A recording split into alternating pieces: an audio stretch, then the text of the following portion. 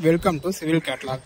நம்ம இந்த வீடியோவில் எதை பற்றி பார்க்க போகிறோம்னா ஸ்லம் கவுண்ட் டெஸ்ட் அப்படின்னா என்ன, எதுக்காக செய்கிறாங்க, அதை பற்றி இந்த வீடியோவில் டீட்டெயிலாக பார்க்கலாம்.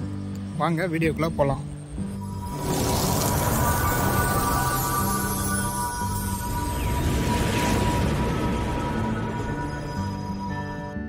இந்த ப்ளூ கலரில் இருக்கிறது தான் ஸ்லம் கவுண்ட்.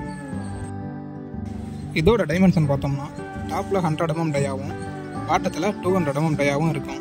இதோட ஹைட்டு 300 mm டயா இருக்கும். இதில் டேம்பிங் ராட்னு ஒன்று இருக்கும். அதோட டயா வந்து 16 mm, ஹைட் வந்து 600 mm லாங் இருக்கும்.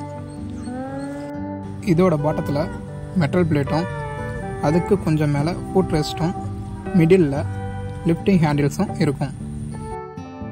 இந்த டெஸ்ட் எப்படி பண்ணணும்னா ஃபஸ்ட்டு ஸ்லம் கவுண்ட் எடுத்துக்கணும். இன்னர் வயர் ப்ரஷ் வச்சு ஃபுல்லாக க்ளீன் பண்ணிக்கணும். க்ளீன் பண்ணி முடித்த உடனே வேஸ்ட் ஆயில் எடுத்து அப்ளை பண்ணணும். இன்னர் ஃபுல்லாக அப்ளை பண்ணி முடித்த உடனே கோனை எடுத்து வேஸ்ட் பிளேட் மேலே வைக்கணும். வச்சு ஃபுட் ரெஸ்ட்டை வந்து லாக் பண்ணணும். இது ஏன் லாக் பண்ணுறாங்கன்னா, நம்ம டேம்பிங் பண்ணும்போது கோன் வந்து சைடு மூவ்மெண்ட் ஆகக்கூடாது. இதுக்காக இதை லாக் பண்ணுறாங்க. லாக் பண்ணுறதுக்கு சின்னதாக ஒரு சின்ன பிளேட் மேலே கொடுத்துருப்பாங்க, அதை வச்சு லாக் பண்ணணும். நெக்ஸ்ட்டு ப்ரெஸ் காங்கிரீட் எடுத்துக்கணும். எடுத்து 3 லேயராக போடணும். ஃபஸ்ட் லேயர் போட்ட உடனே 25 ஸ்ட்ரோக்ஸு டேம்பிங் ராட் வச்சு டேம்பிங் பண்ணணும். இதே மாதிரி 3 லேயர்லேயும் டேம்பிங் பண்ணணும். 25 ஸ்ட்ரோக்ஸு ஃபுல்லாக கம்ப்ளீட் ஆனவுடனே டாப்பில் க்ரவல் வச்சு ஃபினிஷிங் பண்ணணும். ஃபினிஷிங் பண்ணி முடித்த உடனே ஃபுட் ரெஸ்ட் லாக்கை ரிலீஸ் பண்ணணும். ரிலீஸ் பண்ணி முடித்தோடனே லிஃப்டிங் ஹேண்டில்ஸ் பிடிச்சிக்கிட்டு கோனை லைட்டாக ரொட்டேட் பண்ணி பொறுமையாக லிஃப்ட் பண்ணணும். லிஃப்ட் பண்ணி முடித்த உடனே காங்கிரீட் வந்து லைட்டாக ஸ்லைட் ஆகிருக்கும். அதை வந்து எவ்வளோ ஸ்லைட் ஆகிருக்குன்னு சொல்லிட்டு மெஷர்மெண்ட் பண்ணணும். இது எம்எம்மில் பண்ணணும். இது எத்தனை எம்எம் ஸ்லைட் ஆகிருக்கோ அதுதான் நம்ம ஸ்லம்ப் வேல்யூ. இந்த ஸ்லம்பை 4 டைப்ஸாக பிரிக்கலாம். Zero slump, true slump, shear slump, collapsed slump.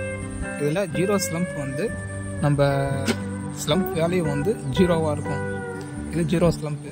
இது வந்து எங்கே யூஸ் பண்ணோம்னா, ரொம்ப ஸ்டீப் காங்கிரீட் போடுறது, டோம் ஸ்ட்ரக்சரு, இதுமாரி இடத்துக்குலாம் இது யூஸ் பண்ணணும்.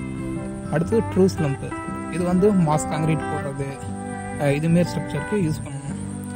அடுத்தது சியர் ஸ்லம்ப். சியர் ஸ்லம்ப்னா ஒரு காங்கிரீட்டில் போன லிஃப்ட் பண்ண உடனே ஒரு சைடு மட்டும் ஸ்லைட் ஆகிருக்கும். இந்த ஸ்லம்பு யூஸ் பண்ணலாம். இது எங்கெங்கே யூஸ் பண்ணலாம்னா காலம், பீம், இந்தமாரி ஸ்லாப், இதுமாரி ஸ்ட்ரக்சர்க்கெலாம் யூஸ் பண்ணிக்கலாம். நெக்ஸ்ட்டு கொலாப்ஸ்டு ஸ்லம்பு நம்ம யூஸ் பண்ணக்கூடாது. இதில் வாட்டர் கண்டென்ட் அதிகமாக இருக்குது. இந்த ஸ்லம்பில் எப்படி மெஷர் பண்ணோம்னா, நம்ம பேஸ் பிளேட்லேருந்து ஒரு ரிங் மாரி இருக்கும். அந்த ரிங்கை ஃபுல்லாக லிஃப்ட் பண்ணிவிட்டு அதில் டாப்பில் ஒரு ஹோல்ஸ் இருக்கும். அந்த ஹோல்ஸ் வழியாக நம்ம டேம்பிங் ராடை இன்சர்ட் பண்ணி அந்த டேம்பிங் ராடில் அந்த ரீடிங் என்ன கட்டுதோ அதுதான் நம்ம ஸ்லம்ப் வேல்யூ. இந்த படத்தில் பாருங்கள், தெளிவாக தெரியும் உங்களுக்கு. இதுக்காக ஸ்கேலோ டேப்போ யூஸ் பண்ண தேவையில்லை. நம்ம டேம்பிங் ராட்லேயே நம்பர்ஸ் போட்டிருக்கோம். அதாவது சென்டிமீட்டரில் போட்டிருக்கோம். சின்ன சின்ன கோடு எம்எம்மில் நம்ம கணக்கு எடுத்துக்கணும். இந்த படத்தில் பாருங்கள், தெளிவாக இருக்குது. ஒவ்வொரு டிகிரி ஆஃப் ஒர்க்கபிலிட்டிக்கும் ஸ்லம்ப் வேல்யூ எப்படி டிஃபர் ஆகுதுன்னு நம்ம தெரிஞ்சுக்கணும். டிகிரி ஆஃப் ஒர்க்கபிலிட்டி வெரி லோவாக இருந்தால் ஸ்லம்ப் வேல்யூ 0 to 25 mm வரைக்கும் இருக்கும். ஸ்லம்ப் வேல்யூ 25 to 50 mm இருந்துச்சுன்னா டிகிரி ஆஃப் ஒர்க்கபிலிட்டி லோ. இதே 50 to 100 இருந்தால் மீடியம், 100 to 175 இருந்தால் ஹை, 175க்கு மேலே போனுச்சுன்னா வெரி ஹை. வெரி ஹைன்னா ஒன்றும் இல்லை, நம்ம ப்ளீடிங், செக்ரிகேஷன் இருக்கும். இப்போ டிகிரி ஆஃப் ஒர்க்கபிலிட்டினா என்னன்னு பார்த்தீங்கன்னா, நம்ம காங்கிரீட்டை கையாளும் திறன் எடுத்து யூஸ் பண்ணுறதுக்கு எப்படி இருக்குது, ப்ளீடிங் இல்லாமல், செக்ரிகேஷன் இல்லாமல் நல்லா இருக்கா, அதுதான் டிகிரி ஆஃப் ஒர்க்கபிலிட்டி. ஒவ்வொரு டைப் ஆஃப் காங்கிரீட்டுக்கும் ஸ்லம்ப் வேல்யூ எவ்வளோ இருக்குன்னு சொல்லிட்டு பார்க்கலாம். மாஸ் காங்கிரீட், அதாவது ரோடு காங்கிரீட் இதுமாரி போகிற மாதிரி இருந்தால் ஸ்லம்ப் வேல்யூ 20 to 80 mm இருக்கணும். இதே ஆர்சிசியில் தின் வெர்டிகல் செக்ஷன், அதாவது ஆர்சிசி வால் இதுக்கெல்லாம் யூஸ் பண்ணுற மாதிரி இருந்தால் 40 to 100 இருக்கணும்.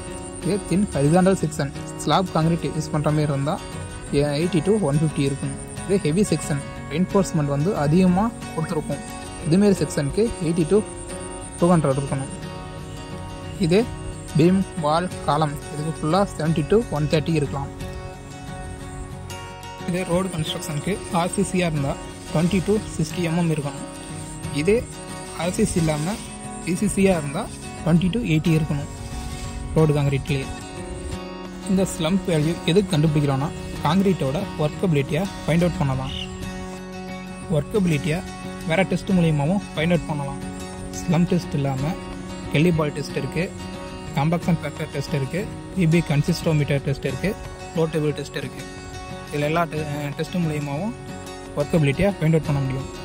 ஏன் ஸ்லம் டெஸ்ட் யூஸ் பண்ணுறாங்கன்னா அந்த எக்யூப்மெண்ட்டு ஹேண்டில் பண்ணுறதுக்கும் எடுத்துகிட்டு போகிறதுக்கும் ஈஸியாக இருக்குன்றதால அதை சைட்டில் நம்ம யூஸ் பண்ணுறோம். மற்ற டெஸ்ட்டை பற்றியும் வீடியோ வேணும்னா கமெண்ட் பண்ணுங்கள், டீட்டெயிலாக அதை பற்றியும் வீடியோவில் பார்க்கலாம்.